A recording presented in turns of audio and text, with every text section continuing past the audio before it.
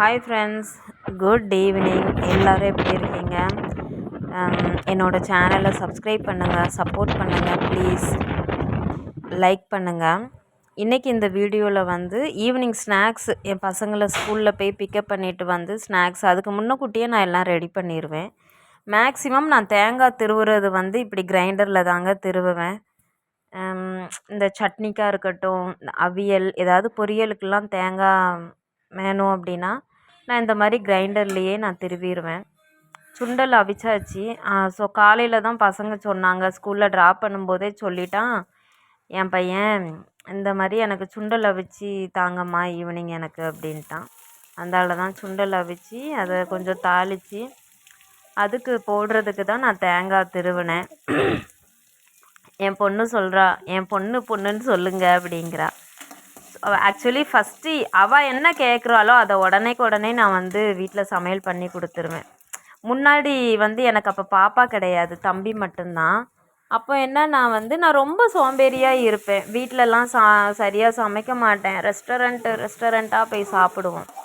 But இப்போ வந்து எனக்கு இந்த கொரோனாவுக்கு பிறகு வந்து எப்படின்னா, எனக்கு வெளியில் இருந்து ஒரு ஏதாவது ஒரு ஹோட்டலுக்கு போனால் அங்கே சர்வ் பண்ணுவாங்க தெரியுமா தண்ணி, அந்த தண்ணியை கூட குடிக்கிறதுக்கு எனக்கு ரொம்ப பயம். ஸோ அதில் இருந்து தான் நான் டோட்டலாகவே மாறிட்டேன்.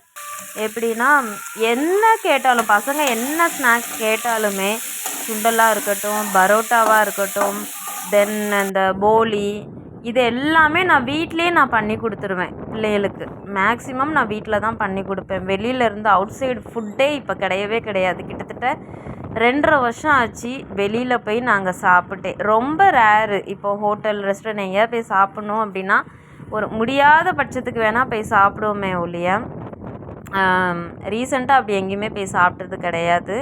இப்போ லாங்கில் ட்ராவல், இப்படி இப்போ திருப்பதி போகணும், கன்னியாகுமரி போகணும், அந்த மாதிரி போனால் தான் நாங்கள் வந்து வெளியில் சாப்பிட்றது. இதுதான் எங்கள் ஊர். நான் பிள்ளைங்களை வந்து ஸ்கூலில் போய் பிக்கப் பண்ணிவிட்டு வரும்போது தான் பாப்பா அந்த வீடியோ எடுத்தா.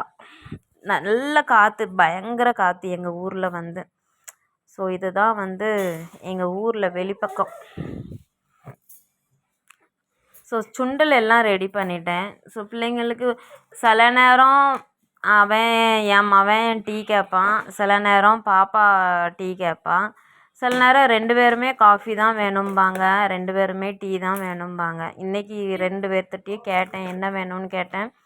அம்மா எங்களுக்கு காஃபியே போட்டுருங்க அப்படின்னு சொன்னாங்க. அந்தால தான் சரி சுண்டல் அவிச்சு தாளித்து தேங்காயெல்லாம் திருவி போட்டால் கொஞ்சம் நல்லாயிருக்கும், டேஸ்ட்டாக இருக்கும் அப்படின்ட்டு தேங்காவை திருவி போட்டு தாளித்து 2 பேர்த்துக்கும் காஃபியை போட்டு 2 பேரும் ஸ்கூல் விட்டு வந்தாங்க, ரெஃப்ரெஷ் ஆனாங்க. அதுக்கு இடையில ஒரு வெட்டுக்குத்தும் போட்டுட்டாங்க. சண்டையும் போட்டு பஞ்சாயத்து முடிஞ்சிருச்சு.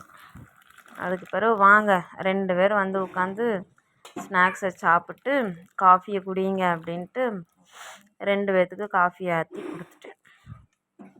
அதுக்கப்புறம் என்ன, காஃபி குடிச்சிட்டு கொஞ்சம் நேரம் விளையாண்டுட்டு சண்டை போட்டுட்டு அப்புறம் சிரித்து பேசிட்டு தென் ஹோம்ஒர்க் எழுத உட்காந்துருவாங்க. படிக்கிறதுக்கு ஸ்டார்ட் பண்ணிட்டாங்கன்னா நைட்டு 9:30 வரைக்கும் படிப்பாங்க.